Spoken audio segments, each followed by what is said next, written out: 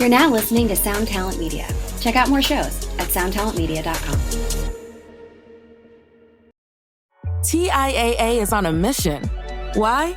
Because 54% of Black Americans don't have enough savings to retire. So in collaboration with big-name artists like Wyclef Jean, TIAA released Paper Right, new music inspiring a new financial future. With 100% of streaming sales going to a nonprofit that teaches students how to invest. Stream Paper Right now and help close the gap.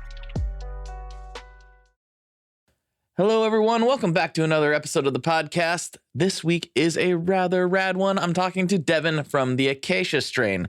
If you know the Acacia Strain, well, I guess you're probably pretty familiar with what we're about to get into. But if you're not, let me just say they are one of the heaviest bands out there. They will absolutely rip your face off. I've been following them for a very long time, so it was a real treat to get to talk to Devin.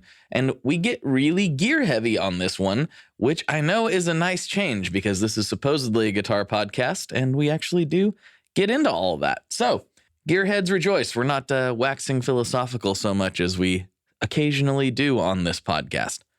I do have just a little bit of business to get to, and then we will dive right into the episode. Firstly, as you hear this, I am going to be in Anaheim attending the NAMM show the week after this episode debuts. So yeah, starting on the 12th, I'll be flying down to sunny California, and I will be at the Stringjoy booth the whole time. And we are right in between Hall D and Hall C, sort of at the entrance there to Hall C.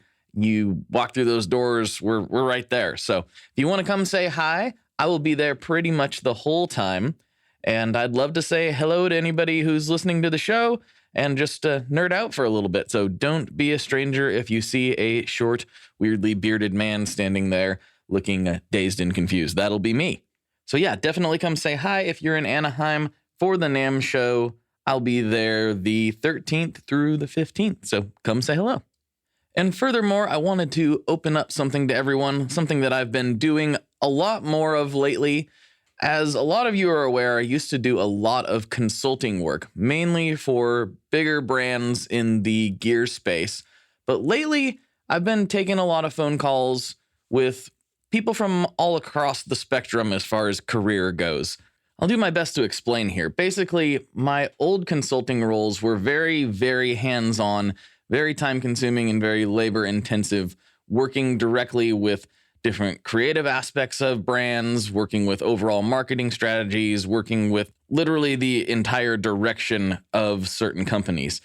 As the podcast grew and as Stringjoy started occupying most of that available bandwidth, I backed off from doing consulting. I still have a couple clients that I work closely with, but overall, I don't take on nearly the amount of big brand projects that I used to. Now, that said, I have been, very recently actually, taking on a lot more one-on-one type of phone calls. Less hands-on me doing creative development and actually formulating the direction of brands, but more just sitting down and helping somebody out with their strategy for an hour. And that has been as complex as helping a larger brand try to tighten things up and help them focus their marketing efforts where they're going to be the most effective. But a lot of it has been folks that found themselves in a position that I used to be in.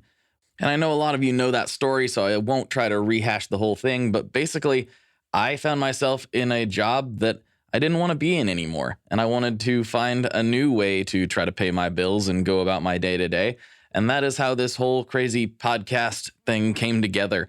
And so a lot of it's been talking to people in the early stages of maybe starting a YouTube career or a podcast network, or even getting started with a small gear company or a restaurant, a food cart, a graphic design firm, literally anything where you're looking at leaping from a regular 9-to-5 into a more self-employed type of lifestyle.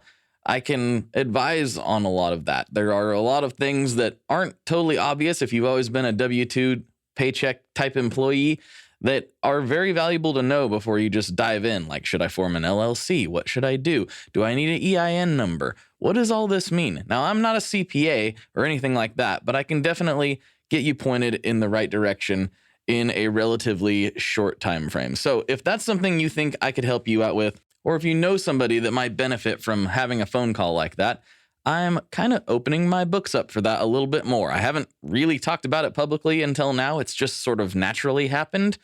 So if you would like to sit down and have those type of conversations, I am available. So you can hit me up at info@tonemob.com or through the contact me page on the website, and we can get talking about how to get that on the books, get that scheduled, and we will make that happen.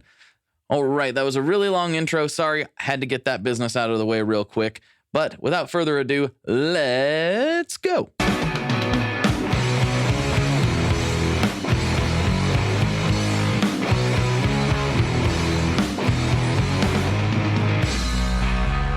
Hello, everyone. Welcome back to another episode of the Tone Mob Podcast, the show about guitar stuff, occasionally, sometimes. I'm your host, Blake Weiland, and with me today, I have Devin Shidaker from the Acacia Strain and, well, lots of other stuff, too. So I'm sure we're going to get into all that.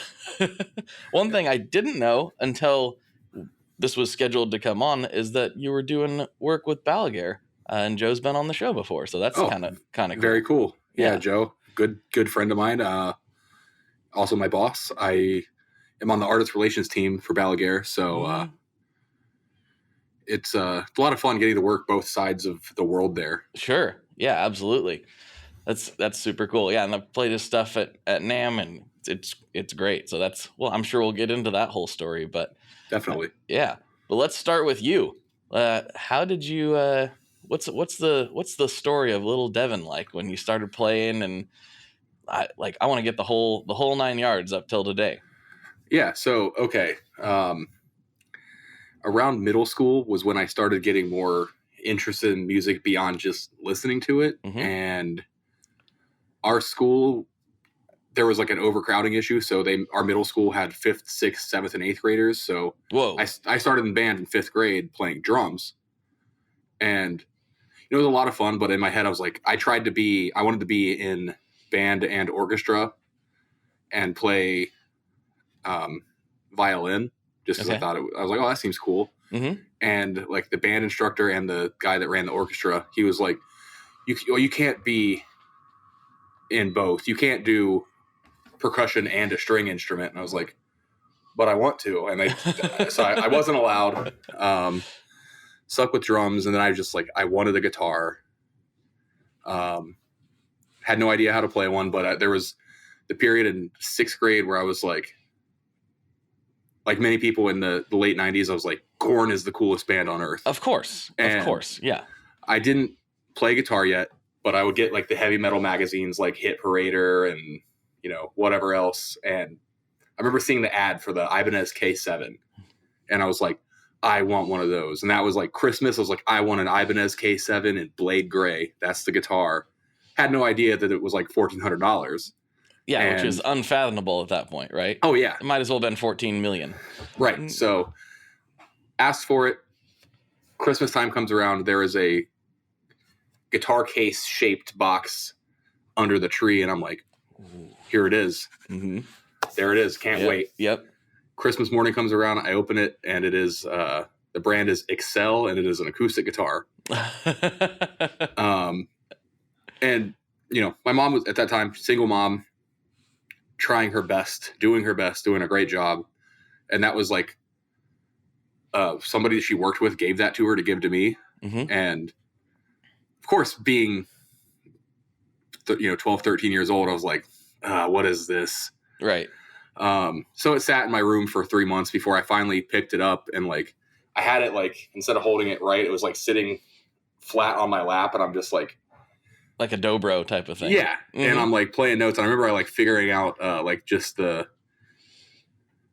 little melody line from Lowrider. And I was like, yeah, I was like, oh, I get how this works. You just press down here and it's a note. Mm-hmm. And I kind of went on from there and started playing that more. Eventually I had a friend, we used to ride BMX, and he had a Harmony electric that had 5 tuners on it. The other one was just gone. I traded him a bike frame for that. So I had that for a bit, and the electronics worked. Probably sounded like crap, but I didn't know any better at the time. Is this like an old school harmony, or is it one of like the 90s kind of strap? It was a 90s. It was like modeled after one of the old school ones, like just pick up in the middle position. Had like a, cover over the bridge. Gotcha. But you played that for a little bit, and then I traded that to a guy in my neighborhood who had a Samick Strat copy that had all 6 strings on it, but the electronics did not work.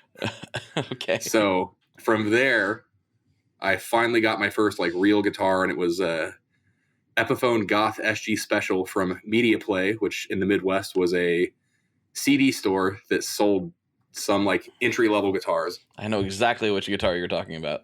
Yeah, and it was, for what I remember, it was cool, and I had it for a few months, and then I decided I'm going to try to do a guitar spin, and did not know that strap locks were an invention, and it fell right on the headstock, and the neck shattered into about 1 million pieces. But that was a very good thing to have happen to me, because from there, I still had the Strat that didn't work electronically, and my mom's boyfriend was an electrician, so he's like, we can figure this out. So we Frankensteined, like, took all the electronics from the SG and went to the Strat, and I had to like file out the pick guard to make the pickups fit in there, but we got it to work. And then I had a functioning guitar and the smallest bit of guitar tech knowledge. Right. And from there, I had this obsession with just working on guitars constantly. And in the years since, I've learned from just some of the best out there, and that's fun. Like I had when I still lived in Ohio, I had a small repair business. And when I moved out to the Bay Area, we were living there for a while. It's a pretty successful repair business, just running out of a friend's studio. And I love working on guitars as much as I like playing them. That's very cool. So then how did that lead into you actually like playing with bands and stuff? So my first real band, because I've up for a long period of time, I'm a drummer and I also play guitar. Got it.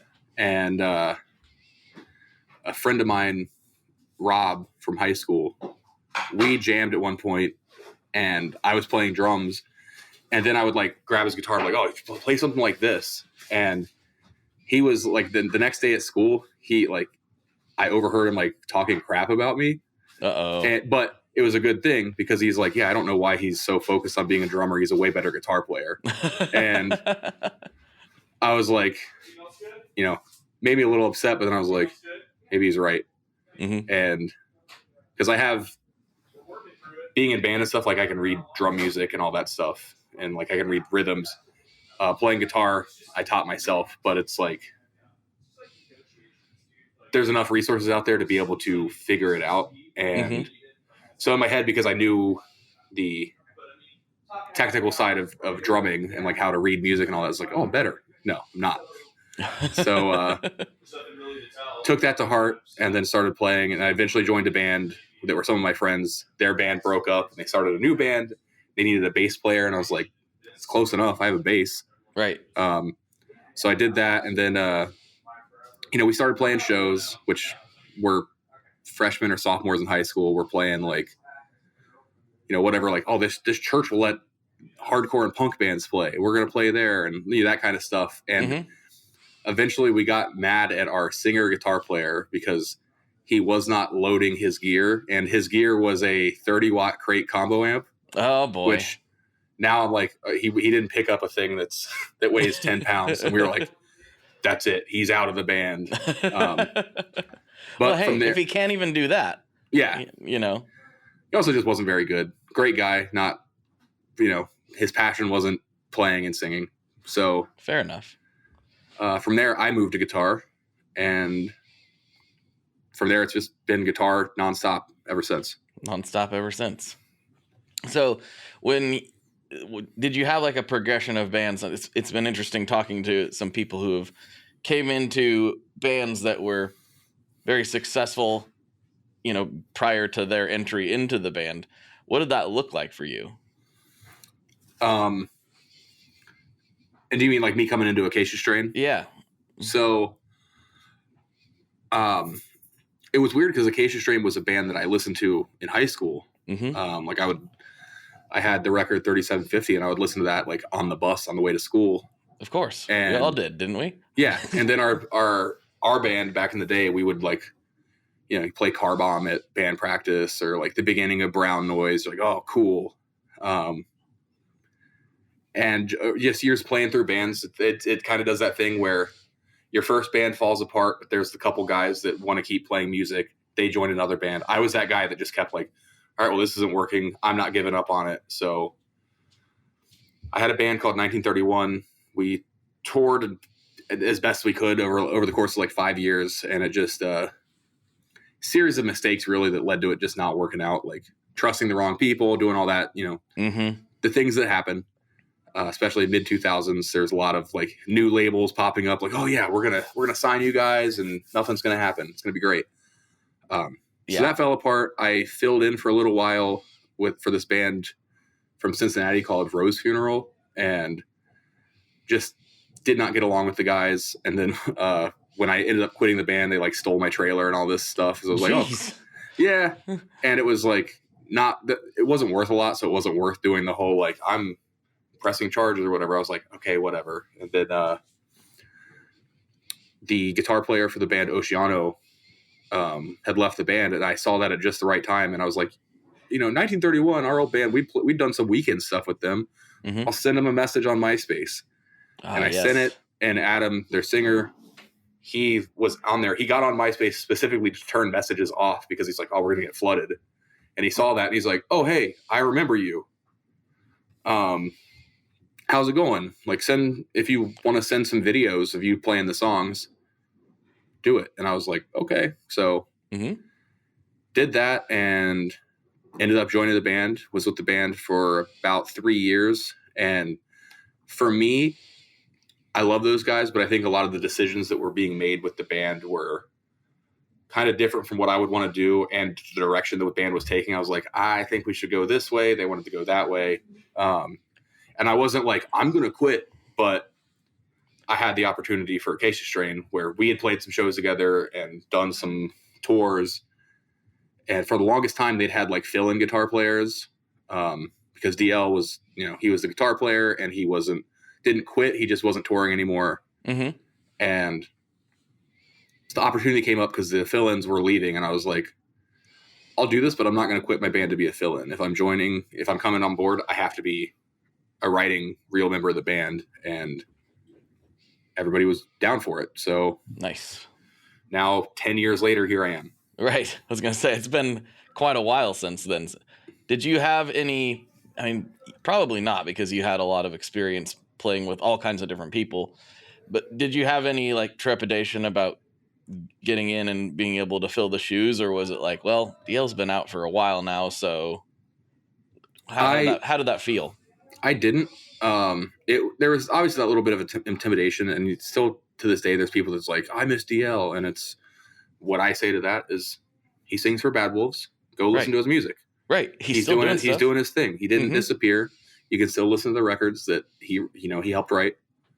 But I think it's like a big thing with, I think, guitar playing that's important is confidence and knowing, like, if I didn't believe in myself to know that I can bring in the right thing to a band, I'm not going to try to be like, let me join. And so there's people that do that where they want to, like, you know, when Tom left the band, they were like, we had people like, I have professional gear, and they had the confidence, but not the talent. Like, we already knew who we were going with, but you'll still go watch a video and you're like, do you need to practice? Just practice guitar. Oh yeah. Yeah.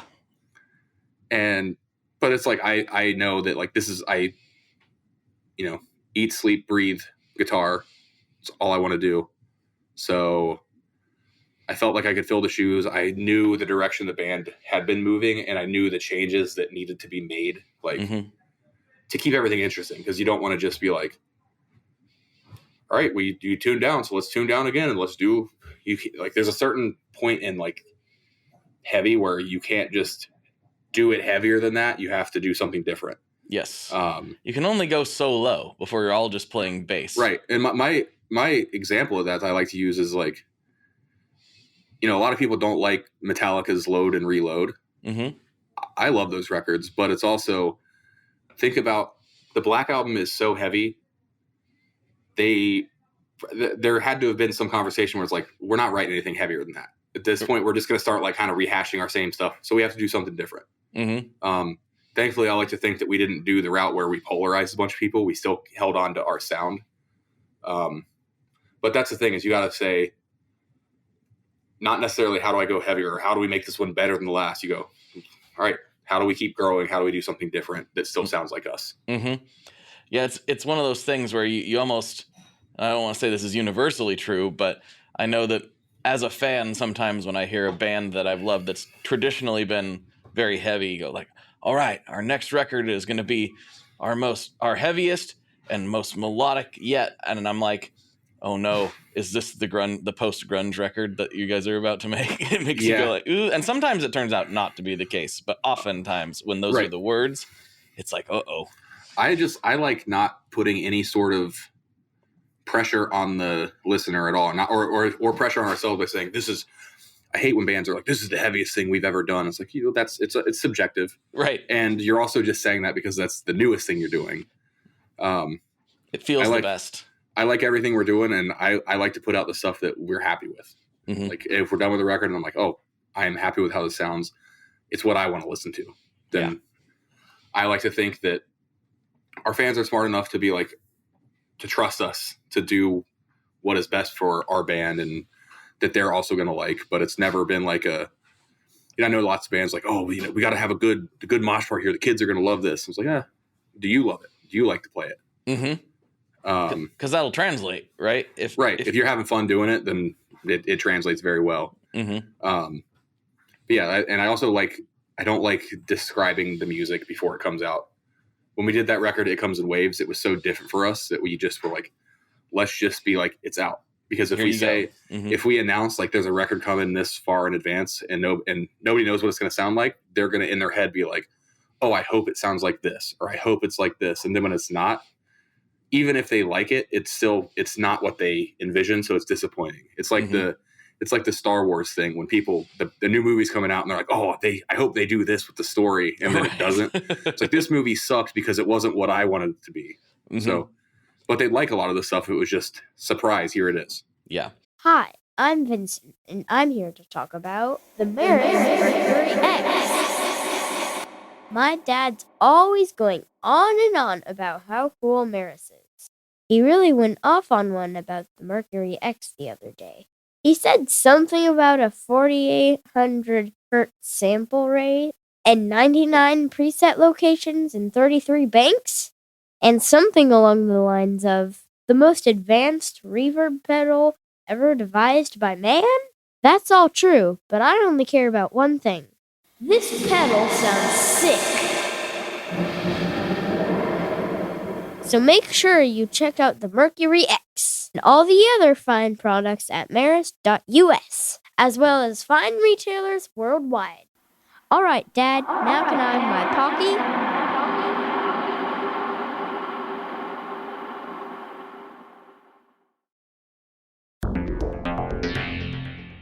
How exactly do artists get their music on Spotify, Apple Music, Deezer, Tidal, all these services? How in the world do you get your music there? Well, in the past, you had to use something called a record label. But these days, you can use DistroKid. DistroKid is the absolute easiest way to get your music up on streaming services. And it's the most affordable way to do so. Not only do plans start at $22.99 for the entire year, that's less than $2 a month, DistroKid also does not take a cut of your streaming revenue, unlike some other services out there. Even better if you sign up by going to tonemob.com/distrokid. That's tonemob.com/distrokid. One more time, that's tonemob.com/distrokid. You'll get 30% off. That's right, 30% off their already extremely reasonable prices. So go to tonemob.com/distrokid and get your music out there.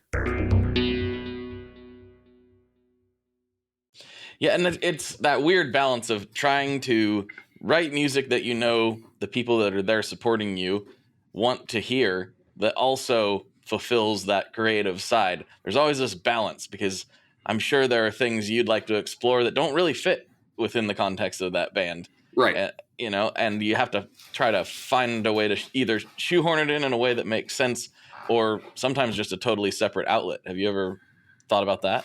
Yeah.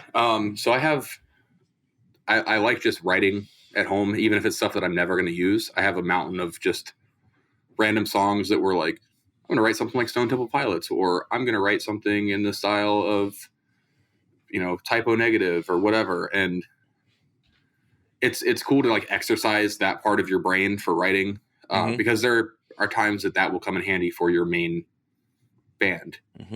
The thing I like to do is listen to something that is completely outside of our box that like doesn't sound like it's at all. Find what do I like about this song? What from a guitar perspective speaks to me?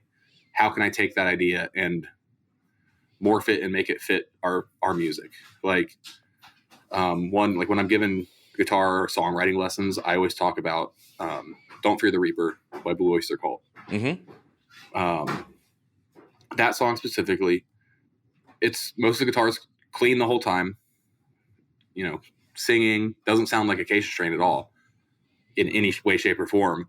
But listening through, one of my favorite songs, and I go, okay, what is standing out guitar wise? And there's a G string in that song that rings like the whole time. It's just like droning through the whole song. And I was like, okay, that's what's doing it for me. It gives this whole song like sort of a voice that carries through. How can I make that work for us? And then over time, we started doing a lot of stuff where there's just droning notes, like stuff that rings while there's other stuff playing. And that all came from that song, from me at least. It sounds nothing like it, but that's where the idea was born in my brain to be like, okay, I can use that. And that's what I think is cool about music is there's stuff you can lift from anything and change around and make it work for your own music that doesn't sound like you took the idea from somewhere else. Yeah. I noticed a weird thing when I did a solo record, and there was a lot of comparisons that were drawn to things that I found out that I liked, but there was a lot of comparisons drawn to bands that I'd never really listened to, or artists that I'd never really listened to. And then when people were like, this sounds like XYZ, like, I don't know what they sound like. I guess I'll go find out. A lot of it was like, this sounds like Explosions in the Sky, or this sounds like this, that. I'm like, well, I know of them, but I've never sat down and listened to them. And then finding out, oh, those people were right. And so then it was a process of trying to dig through my own influences to figure out how that happened. And right. It's an interesting thing when you start diving into your own past, trying to dissect your own output. You can see where certain things, like where influences came from to start this other band that you might not have listened to, but you're like, oh, we have the same influences. So they both led us to this place. Yep. It's like you listen to Terror and there's so many just like Hetfield, like fast chug riffs. Yeah. And it's like, oh, clearly you guys like Metallica.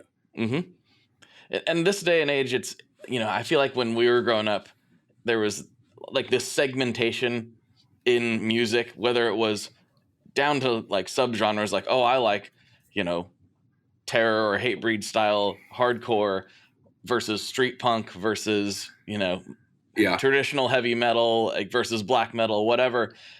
But even down to like, if you're like a metalhead, you're not supposed to listen to hip hop. You're not supposed to listen to pop.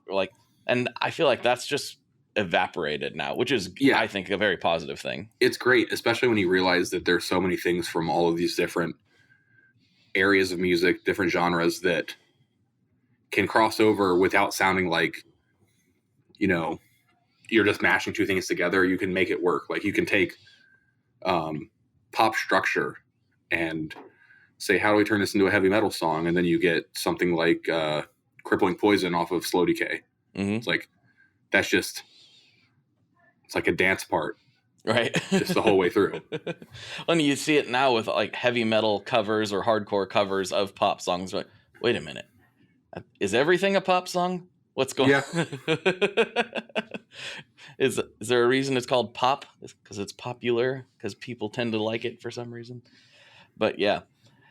So this is supposedly a guitar show where maybe we talk about it sometimes. And obviously you're very obsessed, as you outlined. Yes.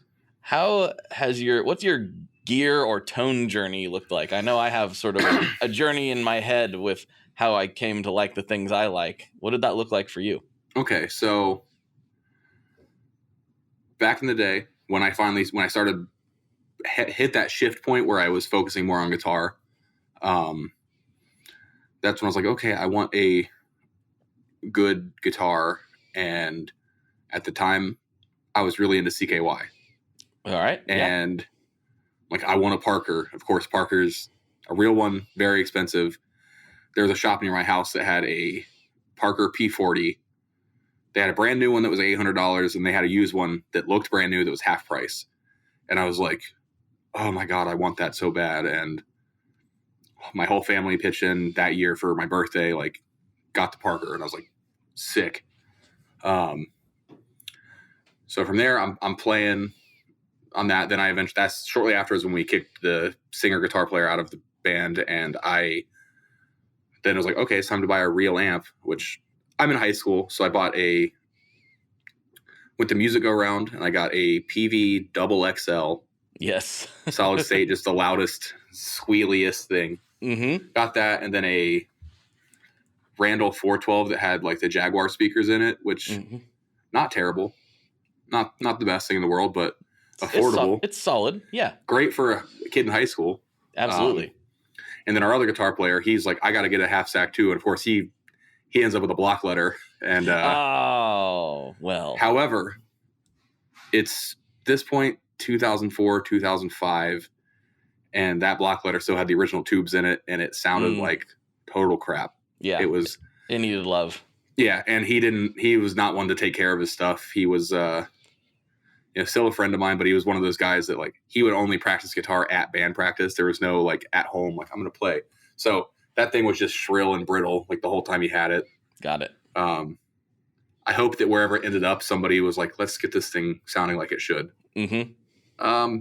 But yeah, so I had that, and I pretty quickly thereafter switched to I bought a 6505 Plus.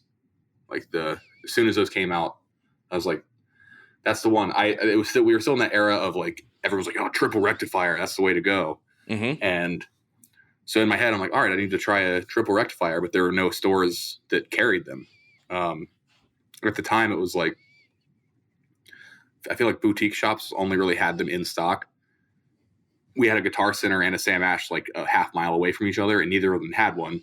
Sure. And somebody says, oh, try this. And it was the 6505 Plus. And they're like, oh, well, it's like the new version of the 5150. And I'm like, in my head, I'm like, oh, well, that's what our other guitar player has, and it doesn't sound good. I'm in high school. I don't really know much about retubing. So I try this thing out, and I'm like blown away. Yeah. Oh yeah. Those are great. So I had that for a while, and I'd also, I'd switched. I had done the high school kid thing where you're circling the guitars you want in Musician's Friend. Oh boy. And yes, I really wanted the mid 2000s red with the abalone all around it. EC 1000. Mm-hmm. I was like, I gotta have one. They're so cool. And then I played one at Sam Ash. Hated it. Hated the neck shape. Hated the Tune-O-Matic bridge. All that. I was much more picky at that time than I am now. Like now I'm just like, I can make it play fine. But at the time I was like, this is not what I like at all. Keep in mind, I've been playing a Parker up to that point. So they're very different. Totally different feels. Yeah. And then in the similar price range was the Ibanez RG 1570 Prestige. And so I was like, let me try that. And I fell in love immediately. And this is the point in time where the Prestige was like $750, brand new, which is unheard of now. Of course. But bought that. And then from there was like Ibanez all the way for a long time. I'd gotten lots of guitars over the years, especially there was a point where I worked at that Sam Ash, and our boss didn't care if we just bought stuff that came in. So people would bring guitars in, and I would just buy stuff I wanted, and then I would buy stuff that I would like fix up and resell. That's also like me getting better at repair stuff, because I'm like, oh, I can clean this thing up and make it play nice. So was playing that for a while, and I really got the itch for 7-string.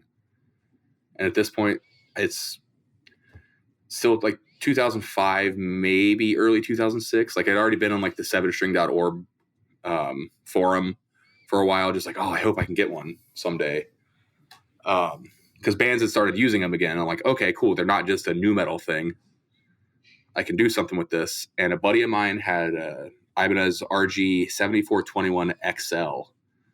That was the 27-inch scale length RG fixed bridge. And he's like, yeah, I bought this when it came out in like 99 or 2000. It's been sitting in my closet. I'll sell it to you for $200. And bought that, and I have been focused on extended range stuff ever since. I still play sixes, but the 7-string world was really new to me, and now I've found myself like I still primarily play sixes. Yeah, but the 7-string world was like very intimidating to me at first, and I don't know why. Because after I got one and spent not that much time with it, I was like, "There's just one more string." Yeah. But like for some reason, and you talk to any traditionally 6-string player, and they'll say the same thing. Oh, I don't know what I'm doing with 6 strings. What would I do with 7? That's like the classic response, and exactly how I thought about it. Did you have the same trepidation? No, I feel like I realistically put in maybe 30 minutes with that guitar, and I understood. It was like, oh, okay, cool. I still have a 6-string guitar here, right? In standard. The only I could see it being like difficult for the people to do like the wraparound thumb thing. Sure. Like, but I never did that, so it wasn't that hard of a switch, and it opened up a lot of doors for me as far as just my playing, because tuning down like the 6 strings, we were tuning down to drop B, so all the lead stuff was very kind of floppy. So getting a 7-string and having that standard tuned guitar still there, and then just doing drop A, I was like, oh, this is cool. I can do a lot of stuff on this, and it makes sense. And when we talk about switching over to 8 strings, that's where I'm like, I don't really like 8 strings that much. I do, and I don't like most of the stuff that I write. I will write on the 7-string, and if it's something that will translate to an 8, then it becomes an 8-string song. But I like those for the big chords you can do. If I'm trying to write riffs, I just end up ripping off Meshuggah. So I tend to not do that. Yeah. I got my first 8-string this year, and it's been a very eye-opening experience. Actually, it's right there. Whoop. There. I get confused. There it is. I think they're cool. I think the thing for me is like 6 to a 7, it still feels like a guitar neck. And once you get to an 8, that's when your hand starts to do this like, you got to flatten out. Yeah. It's a bit harder. It is. This one's a multi-scale. It's I always forget the numbers. It's a LTD M1008. And I was shocked how much I did like it. It was definitely an experimental, like, here we go. I don't know. Yeah, for sure. But it's a very nice guitar, and I'm playing it more and more. I still love my 7-string. But yeah, I've really, for a guy that started out on just Gibson scale length 6-string guitars, vintage style necks half the time, it's been a weird progression going into now I'm obsessed with baritone 6 strings and 7 strings. Yeah, I'm starting to get obsessed with the 8-string now. It's like I like all of them. It's there's no one thing where I'm like this is. There's people I know that like only play a Les Paul, only play this scale length. And they all do different things. So it's kind of, to me, it's like having like a wall of different tools. Like my favorite guitar really, like I have a 77 Les Paul custom from right after like the Ibanez lawsuit era that I found on Craigslist. And it's like, thing weighs 12 pounds. It's heavy, and it plays incredibly. Like I did, as soon as I got it, like I did a fret level and crown and all that stuff. And there's something about it. I've put it up against like some really high end Les Pauls, and it wins every time. Nice. But that's just like, I like my heavy metal guitars, but I also like the classics. There's not really much that I'm like, I hate this guitar. I mean, that's how I pretty much went about collecting. Les Pauls are the thing I have the most of, but most of the time I'm not looking for another Les Paul. And even then they're as different as Les Pauls can be. I've got the Junior, a Special, and a Custom. And I'm not really looking for any more Les Pauls. Like I look for the thing that fills the hole in the collections. Like right now I'm like, I don't have a Gretsch. Like I could use a Gretsch. It's always I'm always looking for what I don't have, not another version of the same thing I do have. There's that, and then I used to have like, here's the like, oh, these are my like holy grail guitars, or I'm looking for one of these. Now I'm just like, if something catches my eye and I'm like, oh, that's really cool, I think I want that. Mm-hmm. One of the last times we were going to Chicago, there was a PVT 60. Mm-hmm. Oh yeah. That had been modified, so it had like a new pickguard made, but only one pickup, which I'm a fan of that. And the price was right on it, and I'm like, oh, it was on the website. I'm like, if it's there when we show up, I'm picking it up. And of course, somebody bought it. But those are guitars that I'm like, they're cool. Yeah. And since I'm at the point now where like I can make any guitar playable, so I'm not like, oh, I have to play it first. I'm just like, no, that looks cool. I like it. Let's do it. Have you played one of those before? Yes, they weigh a ton. They're fun guitars though. But the weight doesn't bother me. I'm kind of fine with heavier guitars. But I was gonna buy one. There was actually 2 that were here at a shop in Portland. I was like, I'm going there and I'm buying one of those. Love the sound, love how they look, and like they're incredibly versatile too. And this is one of the first times I think I've ever experienced. Actually, no, there's 2 times with the T60 and with a Hagstrom. Where I was like, this is too thin for me. Like I didn't think that would be a problem. And maybe now that I have some thinner neck stuff in the stable and I've gotten a little more used to it, I'd feel a little differently about it. But I remember thinking like, this is gonna hurt me after a while. The neck was so thin, but it was really nice and it was fast and it was cool. So I wanted to like it. And I even had the money. I was like, man, maybe I don't love these as much as I thought. So, yeah. And a little fact about the PVT series is those were the first production made guitars that use CNC. I just found that out the other day, like literally 3 days ago. I read that. And interesting. And when they released them, you could kind of do like a semi-custom thing where you could spec yours out and they would just make it for you, which is pretty cool. Yeah. I want to try the bass. I wonder what the bass sounds like. The basses are great.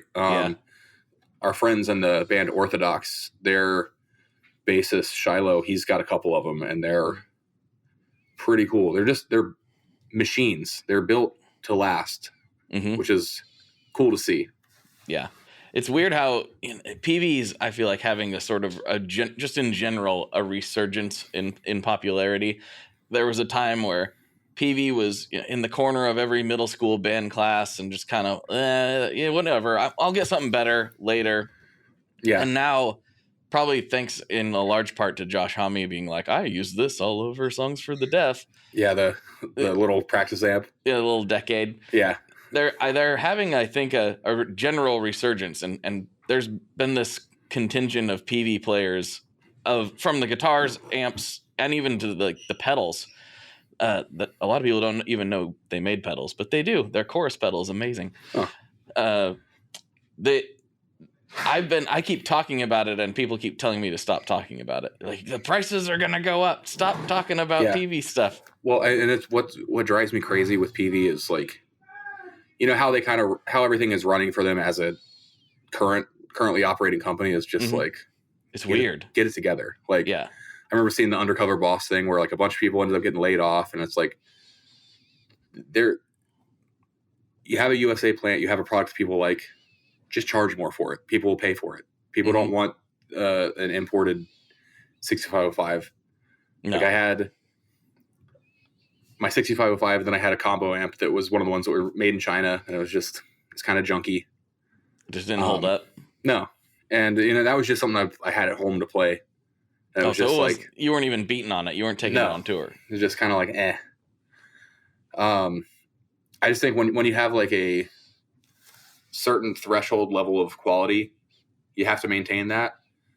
Sure, you can outsource, but make different products overseas that are more budget friendly. Don't try to like bring these like high level. Don't take the 6505 plus and like let's make that somewhere else, or like don't cheapen the quality of the stuff you already have.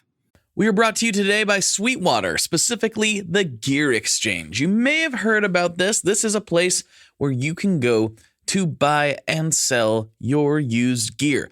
Maybe you got a pedal over there that's just kind of collecting dust. Maybe there's something you've been eyeing from the Sweetwater catalog.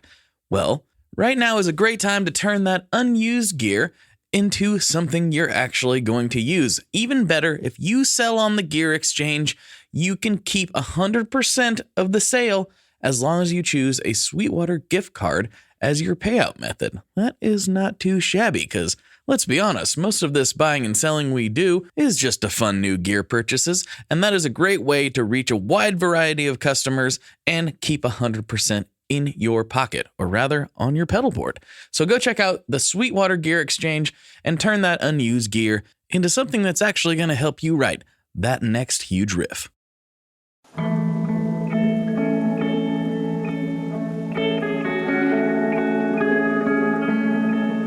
Hello there. I'd like to introduce you to your new best friend, the Chase Bliss Audio Lossy. Lossy is a collaboration between Chase Bliss and Good Hertz. And it's meant to give you some control over those weird digital artifacts that come with very compressed audio. You're hearing it right now. All the changes that are taking place are strictly coming from my playing dynamics. I'm just interacting with the pedal and letting it do its thing. In some true stereo goodness. If you'd like some more details about Lossy, I'd invite you to head over to chaseblinssaudio.com. I think you're going to like what you find. Yeah, I think that what you said is very true, because if you've established a reputation for even just one product being really, really good, and that starts to slip, it doesn't take very long before people are like, ugh. I mean, it's happened in the auto world a bunch of times. The Ford Explorer almost put Ford out of business in the 90s. Yeah, I remember the tires exploding or something. Yeah, Firestone. Yeah. They were like having rollovers or whatever, but yeah, Ford Exploder. But yeah, and when it comes to the guitar and gear world, if you have this like high level piece of equipment and you start cheaping out on it, people aren't buying the cheaper one. They're focusing on like, we want this. Mm-hmm. We're just going to buy it on the used market, and you see those prices skyrocket while no one is buying the new stuff that you're manufacturing. Mm-hmm. And then they're sitting there like, why is this happening? And it's like, well, you did this to yourself. Yeah, don't worry. Behringer will clone it at some point if you want a cheaper one. So yeah, just keep making the good one. I gotta say, man, I got one of those the Hyper Fuzz. Oh yeah, Behringers. I got it. It was $14 on sale on Sweetwater, and I was like, yep, let's do it. That's. I mean, we made the Grave Bloom pedal with Abominable Electronics. It was modeled after the I think the Hyper Fuzz, the Boss, the Boss one, yeah. And this thing is damn close. I don't know that I'd play shows with it because of the plastic housing, but it sounds so good. I'm gonna send you a video that I made. I also got involved in that Sweetwater $14 fuzz thing. Bought one to keep, one to give away, which for some reason the person who won has never responded to me, so I don't know what I'm going to do with that at some point. And one I torture tested and made a video of, and it was shocking. I was completely shocked at how much abuse this thing took, and still worked. That said, it failed one very crucial test that a guitar pedal should survive. Stepping on it. I stomped on it. Now, I stomped on it in a way that would, I was kind of trying to do like, you're playing a show, you're feeling really good, and you step on it harder than you need to, but not like, I wasn't like, I'm going to crush this pedal. Yeah. I was like, I'm just like going to stomp on it pretty hard. And it didn't hold up well to that, but it still functioned. And I threw it off my house. I did a whole bunch of stuff. It was I won't spoil the whole thing. There's some really stupid things that I did to it. Yeah, we're our band, like we're a band that encourages stage divers, all that kind of stuff, and then our singer is throwing water all over the place all the time. So I have my Kemper controller, and that's it. No other pedals, because I've had to replace enough over the years. People just love to jump off of your stuff, and it gets wet. Mm-hmm. We've got our foot controllers. We have like a shower curtain that's cut up and like wrapped around them to keep them dry. Mm-hmm. So interesting. Well, so what does the touring rig look like these days? So we've got for guitar, we've got a big, like a mother case. It's got the three. So we use those SKB like fly rig things, Mm-hmm. and we have, so the inserts of those are in this big case, where I've got Line 6 G90 wireless that I've had since 2010 that still works beautifully. Nice. And then just a Kemper power rack. Okay. And Mike, he's got, I think he has I want to say he has the Sennheiser wireless, but pretty much the same setup. In the back of that, we've got BTPA made just for ease of use, so we're not reaching all the way back in there every night when we don't have much space. So there's like a rear access panel that has like just, all of our outputs on there, Mm-hmm. where we just send that to the board. And we used to mic cabs and also do that, but now we just run into the cabs for stage volume. We're not micing them because we move around a lot too, and I'm the one that will always back into the cab and like make the mic go all sideways. Sure. So works pretty well for that. It's simple. It's clean. For a very long time, I used, like I said, 5150s, 6505s, pedals and all that. And it's just, the Kemper works. I don't have to sit and mess with the gate every show. Like using like a tube rig, as much as I love the sound, it's like you have that 5150 it's just going at all times you have to deal with. And then there's like, oh, well, this room is a little more reflective. I'm getting more feedback here. So, I got to adjust the decimator, and it's nice to not have to do that anymore. Mm-hmm. Still use real amps on the albums, but live, it's very nice to plug in and be like, hey, it sounds the same as it did last night. Cool. Right. So the Kemper, what do they call them? Profiles. Yeah. The profiles you're using, are they profiles of your stuff, or are they other ones that you've bought? Other ones. Used? Yeah. We always have like a profile of whatever the newest record we've done is. Mm-hmm. And it never sounds good live. Interesting. It's just, it's weird because it's the whole thing of like a live mix versus a studio mix are very different, and what you want to cut through in a live mix is different, especially based on the room. So it doesn't sound bad, but it's never like you're like, oh wow, this sounds just like the record when you're on stage. Sure. It sounds great at home, but so yeah, I've never myself made a profile in my life, mainly because I'm like, there's somebody smarter who has done a better job at whatever I'm gonna capture. Sure. So we're using right now, on this tour, it's the main profile is like a rectifier. Oh, okay. Which, I'm sure it's whatever it was. I had the silicon diode switch flipped, so you have that really tight, just instead of being like kind of loose and spongy. Mm-hmm. Sounds really good, but there's usually been a 5150 somewhere in the mix. This time we're running that, and it's working. I'm sure we'll change it again, but we played in LA the other day, and Javier from Animals as Leaders was like, that's the most crushing tone I've ever heard. And I was like, I'll take it. Like, hey, coming from you. All right. That sounds Because I was a little unsure, because we use in-ears now too. And so hearing it just in your ears and not coming through the PA, or like it's pretty dry. So you're like, I don't know. Is this good? But it was. Apparently it's doing it. Hey, perfect. That's as long as the crowd's happy, right? Yes. As long as you can do your job and the crowd's happy and you're feeling it, that's all that matters. Did you always play with in-ears, or is that a relatively new thing? We started doing that pretty much after shows came back from the pandemic. It was funny. We were at Zach from the Ghost Inside's house, like right before the tour full on got canceled. Actually, it got canceled for the pandemic when we were at his house, but we were like, nobody knew how bad everything was going to be. So we had like one show. We were like, okay, we're going to play half capacity at Chain Reaction in Anaheim. We're going to do an early show and a late show. And then everyone's going to go home. We're like, okay, we're going to go home and we'll see everybody in 2 weeks, which not the case. But not the case. When we were at Zach's house, the Ghost Inside had gifted us their old in-ear rig because they had upgraded and they're like, this stuff's still really good. We just got we got new stuff and we're not playing shows as much anymore because of, just life.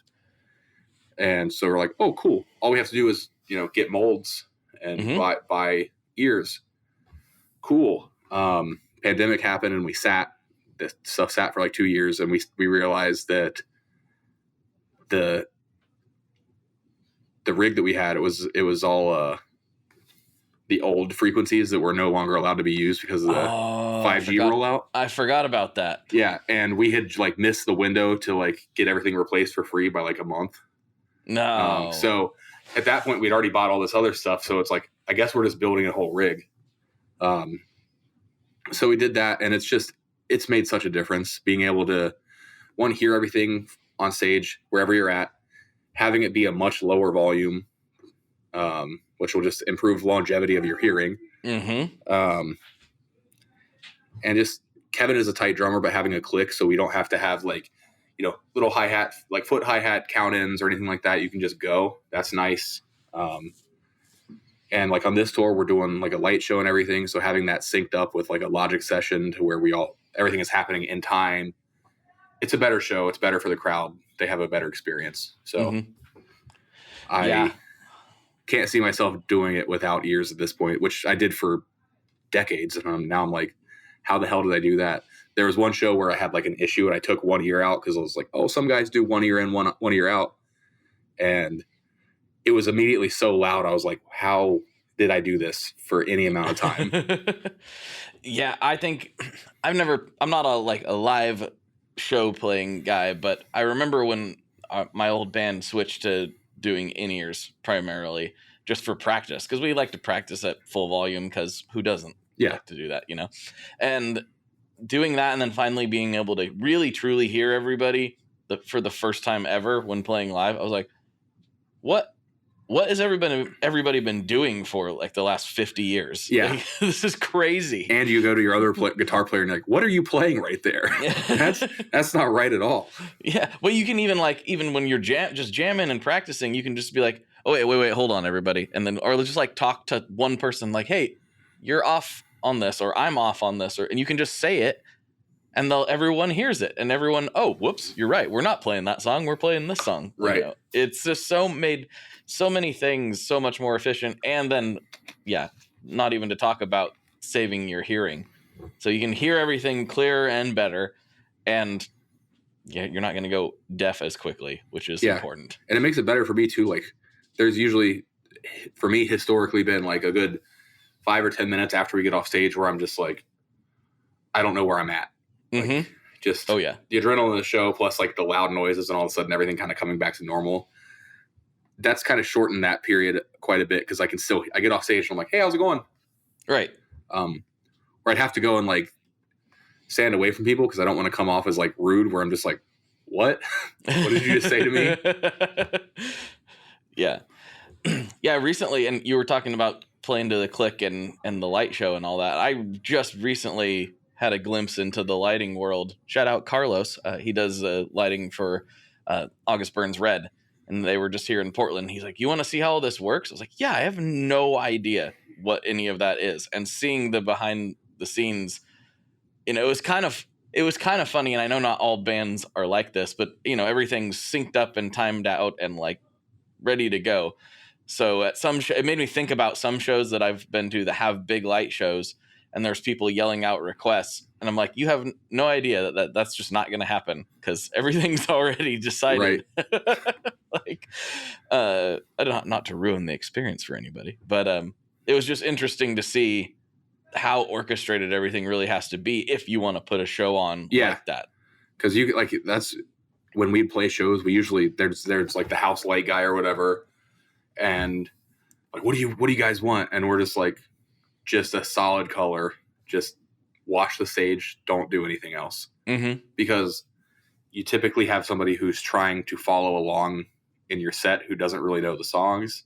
Right. And like you'll have like our song Beast on this tour, like we're opening up with that, and it's just a lot of feedback, a sample, and then like some guitar by itself before everything kicks in. Mm-hmm. And so you have like your house person will turn the lights down, like, oh, cool. And then when it kicks in, they're playing catch up. And so you have like this good, like everyone's going for a good 2 seconds before the lights come back on. And you're like, that just felt weird. Right. So we're just like, don't do it. But now everything's programmed. And Corinne, she's out with Fit for an Autopsy and doing our lights as well. And she's, so you have like the stuff we travel with, and then she's also running like the house lights to add to the show. And she does a great job. Nice. Yeah, it's so much more in depth than what I realized. I was talking to Carlos about a project that I might need lights for, and he's like, "Oh yeah, you just do this." I was like, "Oh no, this is a whole other world to learn." It is a lot. It's a lot. Yeah, it's like I just learned about MIDI. Now I got to learn about all this too. Yeah, I don't know. I don't know about this. Excuse me. Well, we are getting close to the end of the show. I've got a couple classic questions that I like to ask to wrap these things up. But before I do, I like to give the guests the opportunity to take the floor, shout out their great aunt if they want. They can plug anything you want to plug. You can say hi to anybody you want to say hi to. You can say whatever you want to say to a few thousand people right now. Yeah. We're on tour right now with Fit for an Autopsy until April 1st. We have our new records coming out. 2 new records, same day, May 12th. Whoa. Okay. And that is Step Into the Light and Failure Will Follow. They are separate records. Some people were confused by that, but after we did Slow Decay and we released it as a series of EPs, like we can never do a normal release again. So we're just doing what we can. And I like it. This year at NAMM, you should see some new guitar models from me from Balaguer. Oh, you gonna be there? Oh yes, I will be there. I'll see you. I'll see you there. All right. Yeah. Sounds good. That's it. Well, that's really exciting. I guess we don't get to talk about those yet. Maybe on Patreon we can talk about those. Sure. Yeah. Oh, okay. That sounds good. All right. Classic questions. Here we go.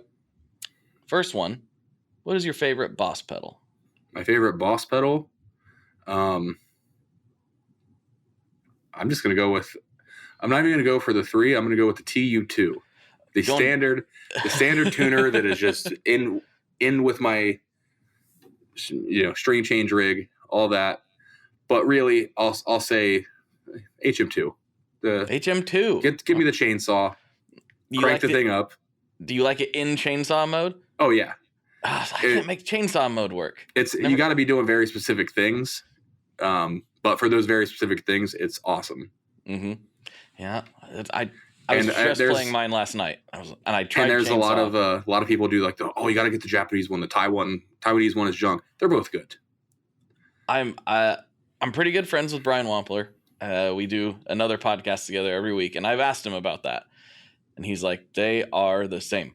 Yeah, they are. Yeah, there might be some slight component differences here and there, but like they're identical. I think it's the same thing between like the block letter and like the signature heads, and like people like the block letter is it's a direct clone of a Soldano. No, it's not. It's the same thing. They are identical. The tubes might be different because they've been changed over the years. Mm-hmm. That is also what I've been told. So I mean, it doesn't make me not prefer the block letter just because I like looking at it, but right. that doesn't mean that it doesn't sound the same. So, yeah. All right, final question, and this is the one that gets a little controversial, a little bit dicey, depending on what part of the country you're from most of the time. What is your favorite kind of pizza? My favorite kind of pizza is, so I'm from Columbus, Ohio. Mm-hmm. There's a pizza shop, a little chain in Columbus called Massey's Pizza. Mm-hmm. It is tavern cut, so you've got your rectangular pieces, thin crust with cornmeal on the bottom. Mm-hmm. Beautiful. And That there sounds you get a really good. pepperoni pizza, and there's like a whole package of pepperoni just all over the whole thing. Mm-hmm. But I will also say, I like all pizza. Like, unless it is actually bad pizza, not even bad pizza, just bad food, it's good. I like Little Caesars. I like all of it. But Massey's Pizza, Columbus, Ohio, Tavern Cut, that's my favorite. I'm gonna have to look this up. I've recently found, not recently at this point, I keep saying recently, but semi-recently as far as my life is concerned, I guess, I discovered Chicago-style tavern pizza, which is not deep dish. Yeah. Like, it's very thin, very similar to what you just described, and I absolutely love it. It's like gourmet Totino's. Yeah, it's pretty great. One thing that's really funny is whoever owns Massey's is fully unhinged. The pizza box says the Cadillac of pizzas, and I'm like, I don't know what that means. It doesn't mean like my grandparents are going to drive this thing around. And on the back of their menu, when it tells you the story of Massey's, they refer to Columbus, Ohio as the pizza capital of the universe, which is patently false. Yeah, I don't think that's accurate. Not even close. No. But I'll take it. But hey, they I mean, in their mind, we're the best. We're the best, obviously. We're in Columbus, Ohio. Yeah. We're the capital. We're the capital now. Forget you, New York. Like, what's going on? Well, dude, thank you so much for hanging out. This was really fun. I learned a lot of things that I didn't know about you. And that was great. Thanks for having me. Yeah, dude. Really, really fun. And I'm excited to see what we can get into on the Patreon section. For sure. All right, everybody. For Devin, this is Blake. And as always, folks, good luck and good tones.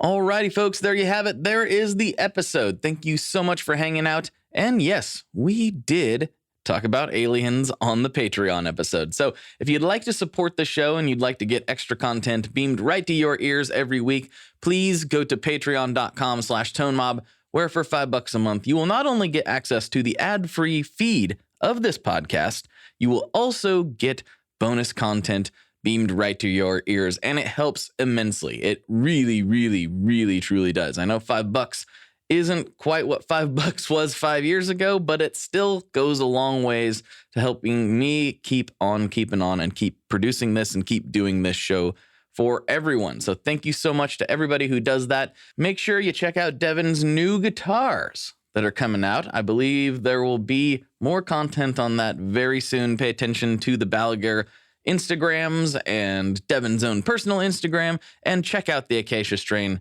because they absolutely rip. All right, everybody. Thank you so much. I will talk to you on the internet very, very soon. Bye-bye. One last thing before we totally sign off here. I just want to remind you that if you do any shopping at Stringjoy, that's Stringjoy guitar strings made in Nashville, that will help me out as well. As I've said for years, I'm heavily involved in that company, and I really do think they're making the best products on the market.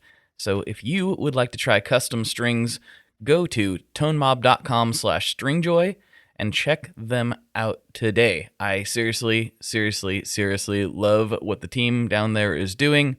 I help them out with all kinds of things, and by you supporting them, you are also supporting me as well. And hey, you need some strings, so why not get some custom strings just for your guitar and playing style? Again, the link for that is tonemob.com/stringjoy, and that will take you right to their website, and you can do all your shopping through there, and that will help everyone involved out. So thank you very much. Talk to you next time. We are brought to you by the wonderful folks at Gun Street Wiring Shop. Yes, Gun Street Wiring Shop. I've talked about them before. I used to say based out of Bend, Oregon, but guess what? Sean moved to my neck of the woods. Sean's in Portland. Sean is awesome and has helped me with a bunch of stuff lately. And if you have wiring needs for your guitar, he can help you too. If you want to get weird with it, he can get weird. If you just need to spruce things up a little bit, there's your guy.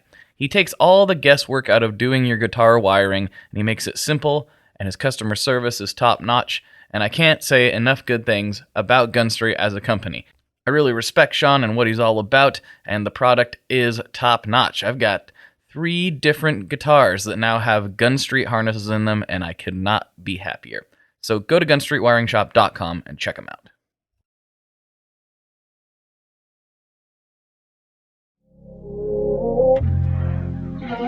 This is the story of Whitney Houston, This is the story of Kurt Cobain. of George Michael, of Otis Redding, of Amy Winehouse, of Michael Hutchence, Bob Marley. This is the story of Prince, It's a new podcast series. about how they died, why they died, and why we're still talking about them so long after.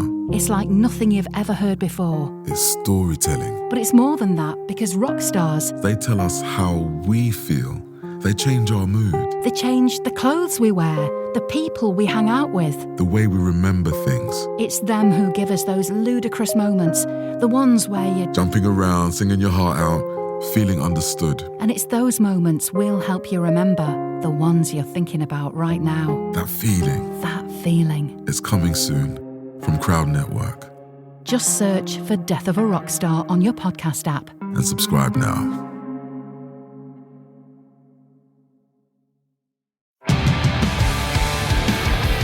What's up, everybody? I am Finn McKenty, host of the Punk Rock NBA podcast, part of the Sound Talent Media podcast network. My podcast is all about doing what you love for a living, and every week I sit down and talk to people who have done exactly that. For example, musicians like Tommy from Between the Buried and Me, Matt from Periphery, Lil Lotus and Shinigami, among many others, photographers, artists, designers, YouTubers like Glenn Fricker and Sarah Dici, and I unpack exactly how they got to where they are today with the goal of helping you do the same. So if that sounds cool, you can listen and subscribe at soundtalentmedia.com, and I'll see you there.